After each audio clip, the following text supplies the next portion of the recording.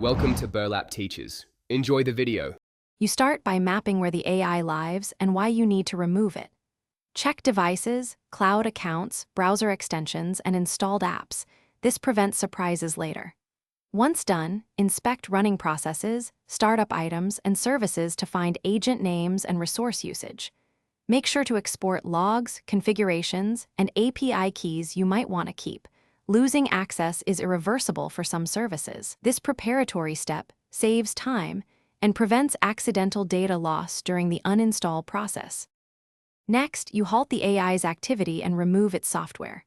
First, stop running processes and disable any related services or scheduled jobs so nothing restarts unexpectedly. Then uninstall client applications and browser extensions through system control panels or app settings. Use vendor uninstallers when available.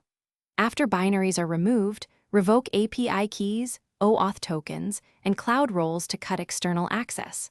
Once that's done, check cron tabs, task schedulers, and container orchestrators to ensure no ephemeral instance will bring the. Finally, you remove leftovers and verify the AI is gone. Clean config folders, cache, container images, and registry keys that the uninstaller misses. This prevents reinitialization. Then audit logs, firewall rules, DNS records, and network endpoints to remove any lingering access.